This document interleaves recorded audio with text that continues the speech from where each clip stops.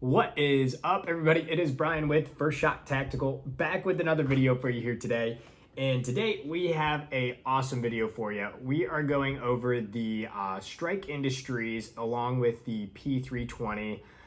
This is the SMC Alpha from Strike Industries, this chassis here. I have a couple other videos doing an unboxing of the slide as well as of this chassis. So if you're interested in those, go check those out. But this video today is going to be on how to assemble it to make it look basically like this here. I did add, since this video, this little rail here that you can see to put a TLR 8 on the front, so a laser light combo, as well as still having this mag one.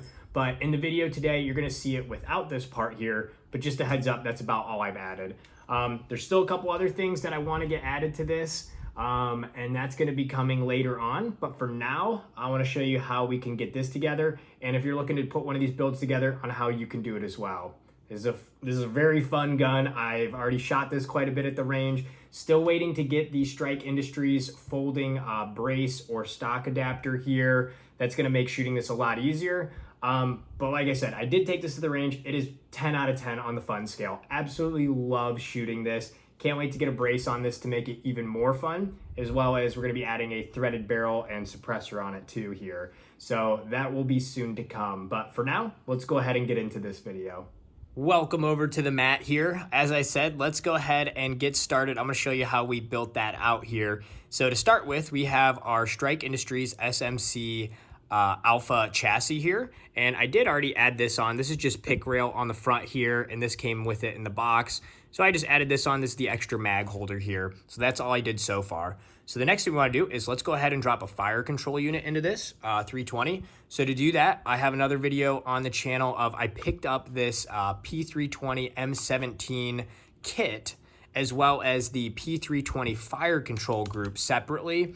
And basically doing this build, I priced it out where I would buy a slide, the barrel, the spring, the parts kit, and it came out to like over $500, $600 for doing all that, just for the upper assembly, the slide and barrel and everything.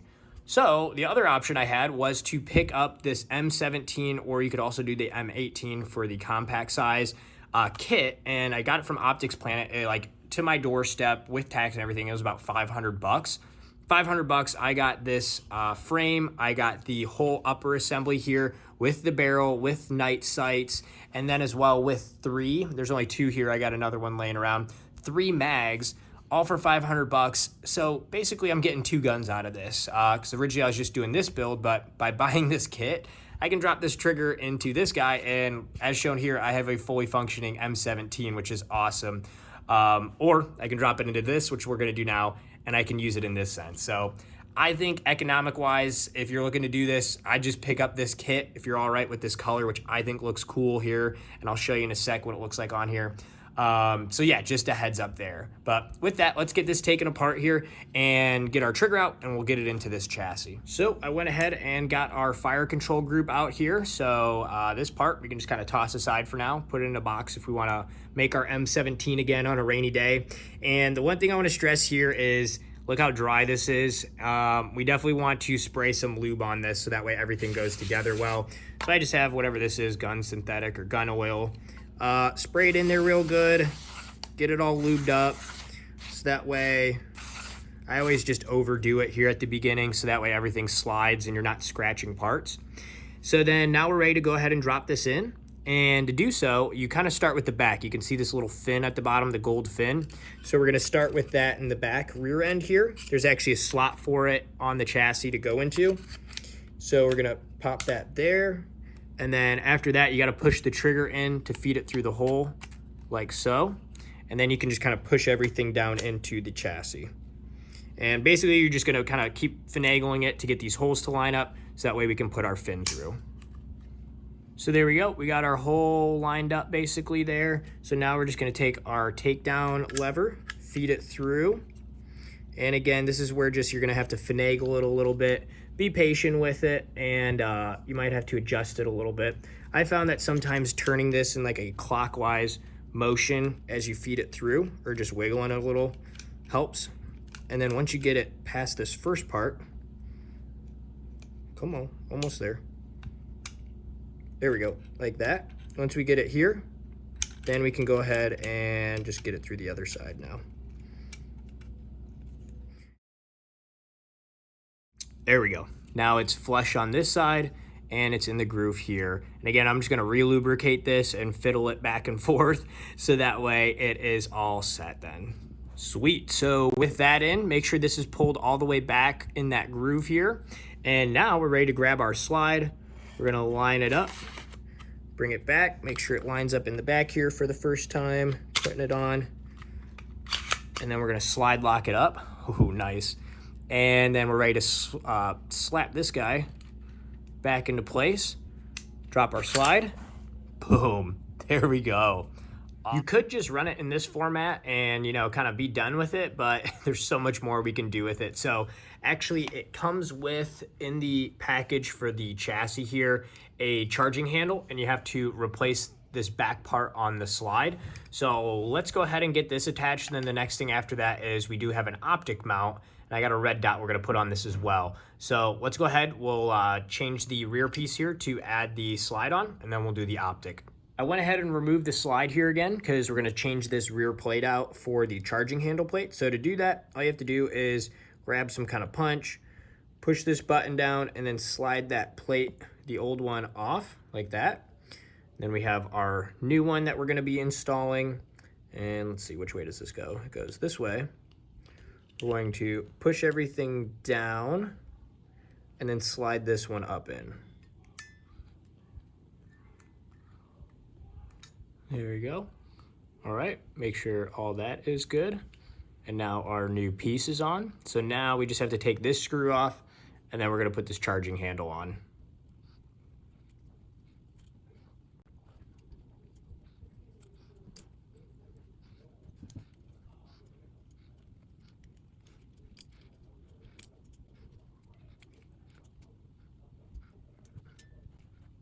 So here's what it looks like with that charging handle on real quick. Pretty slick. Looks good, and it functions good too. Here's the Optic mount that comes with it, and you can see we can actually put on, basically, this is a universal plate, so any Optic you can think of, we can basically put on top here. But to mount this to the chassis, you can see it goes on the back here. There's these screws. And then it does come with all the screws here. So now we're just gonna go ahead and put these on to secure it on.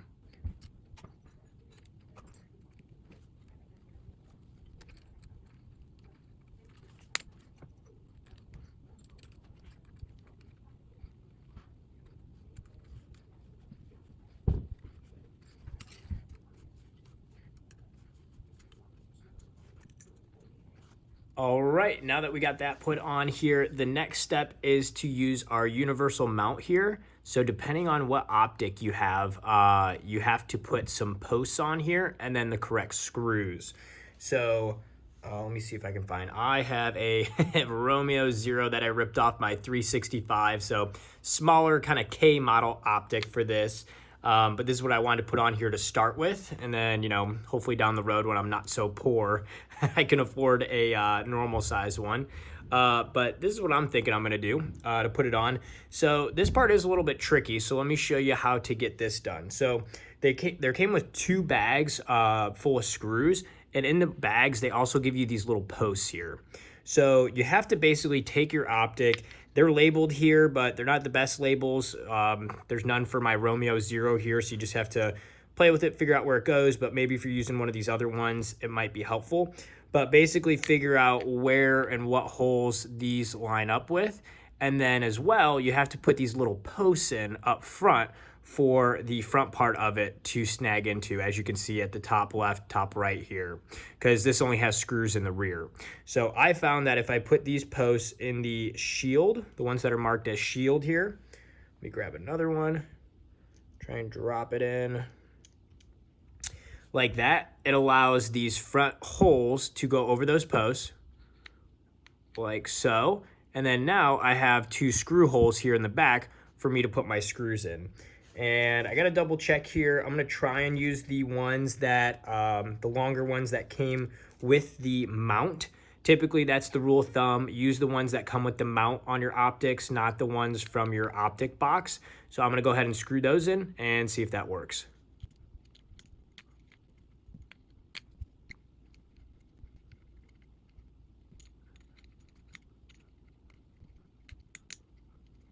Do not pull a Brian, and if you are doing a Romeo Zero, the battery goes under it before you mount the whole thing on. So I literally mounted it all on and didn't have the battery on there. So good reason to buy a hollow sun instead, because the batteries go on the side. So I did have to quickly remove this, put the battery in, make sure those posts were good, and then screwed these down. And I just did about 10 torque pounds. I used a torque screwdriver here, and 10 to 15 should probably do it, but just a heads up, don't forget your battery.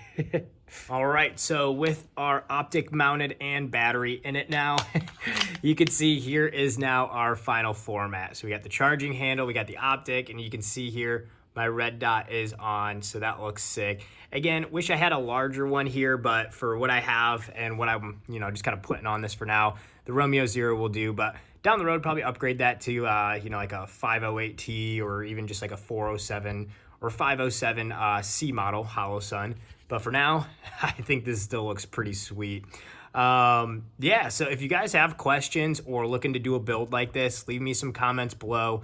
Always happy to help, but I am super pumped. This looks awesome so far. A couple things I'm going to be adding later is we're going to try and do some kind of other thing up here to get a light as well. We might be putting a threaded barrel on to put a suppressor on.